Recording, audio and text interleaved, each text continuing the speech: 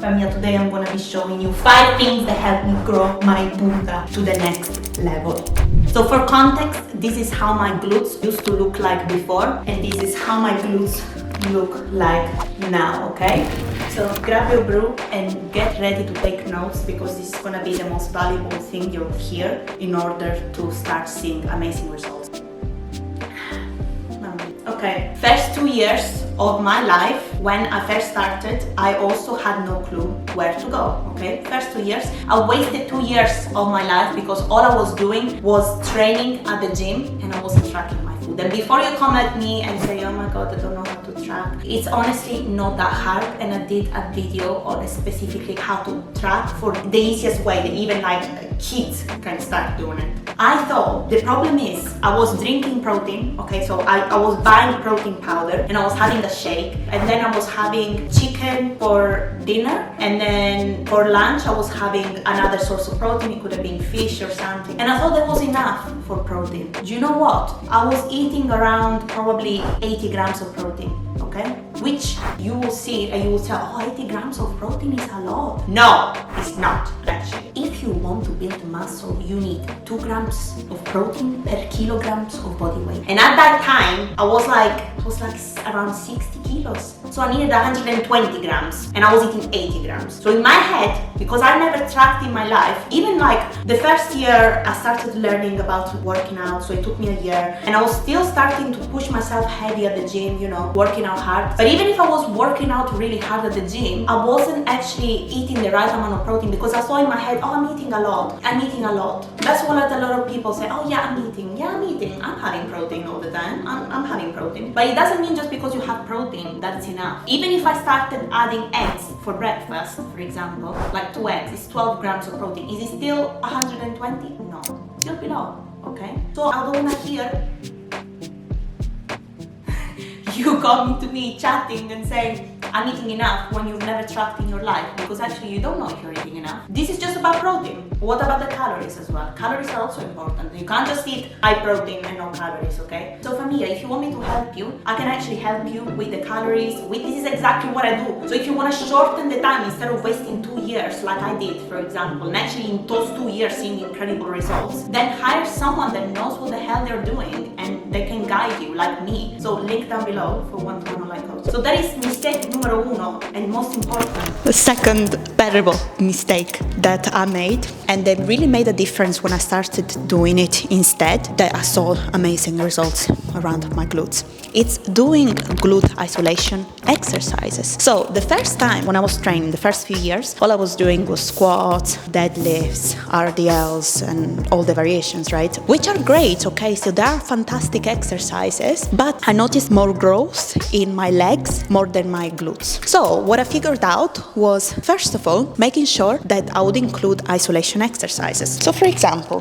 things like gluteus medius kickback, when done correctly, it's a great isolation and really targets your glutes, and only your glutes, okay? If you're doing it correctly, you should be feeling this exercise exclusively in your glutes. What are other glute isolation exercises? We have the 45-degree glute bias extension, okay? The machine that you do like this. But not only this, okay? So there is a major difference that shifted my focus and my growth in my glutes. If I share this tip with you, you will think that's a very silly tip, but actually it makes the world of a difference, and it made a world of a difference with my gains. Okay, so you will have different exercises that people also introduce you to online, on the internet, etc. And some people can respond very well to those exercises, they can really feel them, and others won't. I actually started really paying attention to what I really felt in my body, and this is what I do with my clients. I really want them to focus on what they really feel in the glutes. And whilst obviously we can't just rely on feeling and sensation and all these things, it is a good indicative. It can be a good starting point as well, especially for beginners, okay? So for example, me personally, with the squat variations, I prefer to always pick the variation that works for me. So if I do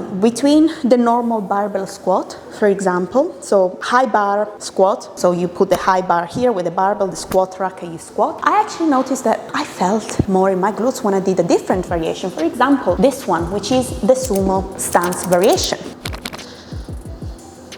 So So from a biomechanic point of view as well, and from an anatomy point of view, why is quite normal that generally speaking, you will feel this exercise more in your glutes, because why? You are also leaning more forward. So if you wanted to do still a barbell variation, you could do a low bar squat, for example, that is automatically more glute dominant. Why? Because you will automatically lean more forward. Then a more lean forward means also more glute engagement rather than staying more upright, which means more quads. Does it mean that your legs will not be involved in this exercise? Of course not. It's a compound. Compound means that your legs will somehow still play a part. But there is a difference in trying to make your compound exercises even more glute focused and glute dominant, okay? It's the truth, for example, even for RDLs, right? For example, RDLs are a much simpler concept to grasp because many people will already know this, but it's just to make you understand how shifting the focus of your training towards something that is more glute dominant and that you feel more will make the world of a difference. So we're talking about, for example, stiff leg RDLs. So with your legs being more straight, you will feel it more in your hamstrings, but if you bend in your legs a lot more, you will feel it instead more in your glutes. Okay, so even as a beginner, if you don't know the difference and if you don't know the biomechanics much, feeling it, that's what I mean. You have to pay attention to what you feel, because you will feel that if you do this variation with the straight legs, you will feel it more in your hamstrings, and the moment you bend it more, you'll feel it more in your glutes. That's what I mean by feeling, okay, and really paying attention. But also with pain. If I'm doing an exercise, it is really hurting me, okay, in a place that it shouldn't hurt. For example, it's hurting me in the knees, in my joints in general. It means that something needs to be changed or fixed or adapted,